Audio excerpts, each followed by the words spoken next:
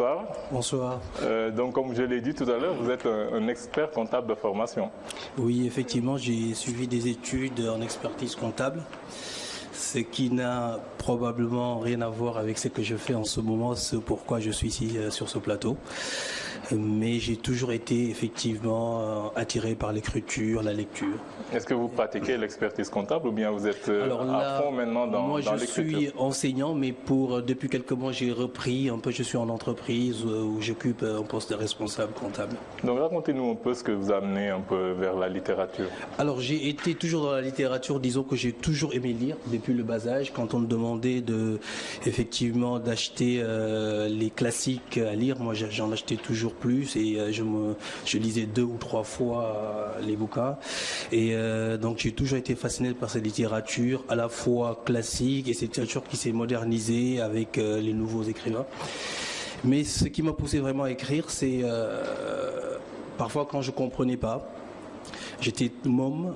Quand quelque chose ne semblait pas tourner rond dans notre société, je m'enfermais. Après mes lectures, je me mettais à écrire. J'écrivais tout et n'importe quoi. Mais à un moment donné, je me suis dit, peut-être que je pourrais en faire quelque chose. Une fois que j'ai senti que j'avais une certaine maturité, j'avais acquis une certaine maturité intellectuelle, je me suis dit, pourquoi pas faire une fiction, des fictions, et en même temps faire passer mes idées comme cela.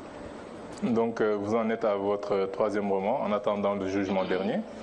Donc vous passez un peu comme un écrivain engagé, d'aucuns disent même subversif. Est-ce que vous assumez ça? Oui, j'assume pleinement cela. C'est quelque chose que je veux assumer pleinement. Parce que je pense que l'heure de la rupture a sonné. Subversion, c'est pas toujours péjoratif, négatif. C'est juste une façon de dire aux gens, voilà, on peut faire autre chose que ce qui a été fait jusqu'ici. Même si je rends hommage à nos anciens, nos aînés qui nous ont précédés. C'est grâce à eux d'ailleurs que j'écris. Et vous le voyez d'ailleurs, le grand hommage que je leur ai rendu en faisant de mes grandes parties, les palabres, ce que j'appelle palabres, en leur donnant des noms. Les noms des grands classiques que nous connaissons, à savoir L'Enfant Noir de Kamara Laye, Les Bouts de Bois de Dieu de Saint-Ben et enfin Les Soleils des Indépendances de Amadou Kourouma.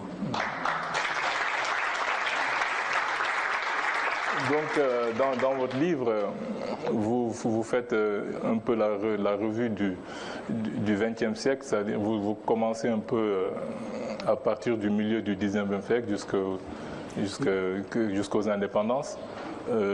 C'est très documenté sur le plan historique. Votre style est, à mon avis, vraiment, je trouve que vous êtes l'une des plus belles plumes peut-être de ce pays, parce que vraiment, c'est très très bien écrit. Ce que je trouve un peu dommage, c'est vous alliez un peu un style d'une haute facture littéraire avec parfois un style assez, je dirais, vulgaire peut-être. Et je trouve c'est un peu dommage, parce que ce sont des livres qui pourraient être des ouvrages académiques, je veux dire, qu'on pourrait même enseigner à l'école. Mais c'est un peu ce mélange que vous faites qui va faire qu'on ne pourra pas, par exemple, ici on a des lycéens qui sont là, il y a des passages qu'on ne pourrait pas leur lire. Effectivement, c'est un parti que j'ai pris en assumant cela, sachant que bien sûr mes œuvres ne seront pas étudiées dans les petites classes, parce que je revendique cette filiation de Amadou Kourouma, certainement vous le lisez, c'est quelqu'un qui a osé transgresser à un moment donné. Alors ma littérature, c'est une littérature dite de transgression. En fait, c'est une littérature, je dirais en vérité, de déconstruction. Déconstruction d'un édifice que nos aînés ont mis en place, pas pour déconstruire, mais je sens que l'heure est arrivée de déconstruire.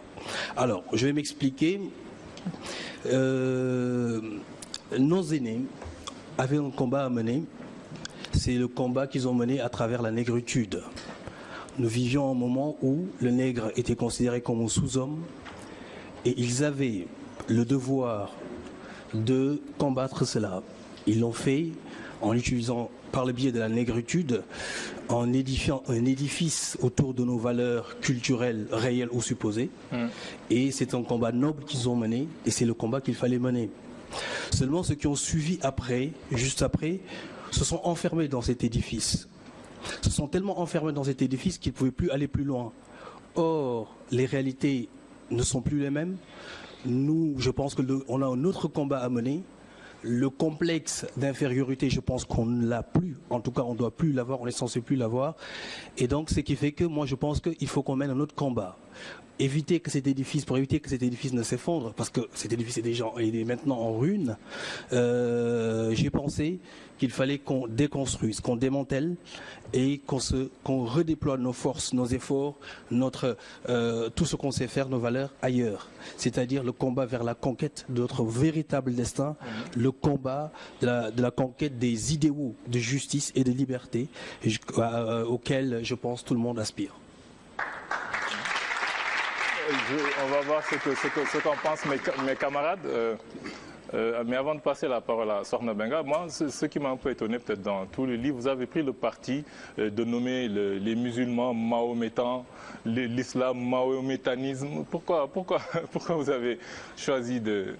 Alors, j'ai choisi l'ironie, hein, la dérision, ou même l'autodérision. Je pense que je suis à même de le faire, parce que faisant partie de cette communauté, vous voyez, dans tout le livre, au départ, on pense que c'est choquant. Je pense que quelqu'un qui va lire, qui vient de commencer à me lire... Il y a des gens qui appellent les musulmans les mahométans. Mais les mahométans, non, on a arrêté d'arrêter les musulmans les mahométans. J'ai utilisé des termes, disons, désuets, qui ne sont plus usutés, pour seulement, voilà, des termes anciens, et seulement pour d'abord deux choses. Le côté technique, pour dire que voilà, je raconte une histoire qui est ancienne. Ce côté-là, c'est important. J'ai utilisé des termes qu'on n'utilise plus, très rares. Il faut un dictionnaire pour lire votre livre. Effectivement. Et des africanismes aussi. J'ai osé faire des africanismes sans pour autant faire le renvoi de bas de page. C'est un pari que j'ai pris, un pari fou d'ailleurs, parce que je ne sais pas si mes lecteurs occidentaux seront à même aussi de comprendre ce que je veux dire. C'est juste vous dire que je m'adresse certainement à un peu plus large, mais je m'adresse surtout aux Africains. Je pense que ce livre est à même de leur dire, voilà, on peut faire autre chose. Tout est image dans ces livres. Il y a beaucoup d'allégories. Même quand je prends le parti fou d'écrire d'une manière peu conventionnelle les vieux, sachant que la gérontocratie africaine est une légende, c'est aussi un pari que je prends. C'est pas un manque de respect, c'est juste une allégorie, une image en disant que oui, la tradition a existé. Oui, nos anciens ou nos ancêtres ont été des héros, mais nous-mêmes, que devons-nous faire? Parce que je pense qu'il faut qu'on ait des références narcissiques beaucoup plus. C'est votre côté provocateur, quoi. Donc, Sokhna Benga, vous en pensez quoi? Disons que j'ai plusieurs choses qui arrivent en même temps, mais ça, je pense qu'après, on aura l'occasion de revenir sur le livre lui-même. Donc, d'abord, pour dire que, peut-être contrairement à ce que Semou pense, d'une part, parce qu'il y a deux éléments qui m'ont pas choqué, je ne suis pas facilement choquée, il faut le dire. Donc, le fait que beaucoup d'écrivains, contrairement à ce qu'on pense, ne sont pas des littéraires. Ce sont des scientifiques ou des techniciens. Nous avons vu que les grands noms de la littérature sénégalaise sont soit des médecins, soit des juristes, soit des gens qui sont dans ça. Il y a très peu de littéraires, très très peu.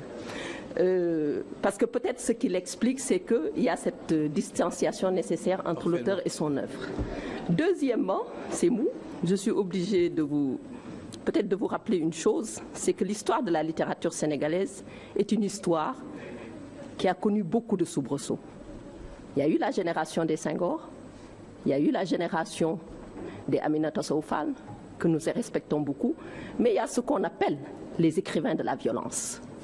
Ces écrivains de la violence, tout ce que vous venez de dire a été défendu par ces écrivains de la violence, qui sont des écrivains dont le précurseur est Ken Bougoul. Ken Bougoul, ensuite il y a eu toute une génération, je suis heureuse d'en faire partie. Et c'est vrai que comme je le dis tout le temps, on est toujours heureux quand on est écrivain de voir arriver des écrivains qui défendent ces causes, parce qu'on estime qu'il y a beaucoup de changements à apporter, et soit les gens l'apportent soit par l'action, soit par la parole. Ça dépend leurs moyens, ce qu'ils ont comme moyens à leur porter pour se battre pour leurs idéaux, pour le respect de leurs idéaux.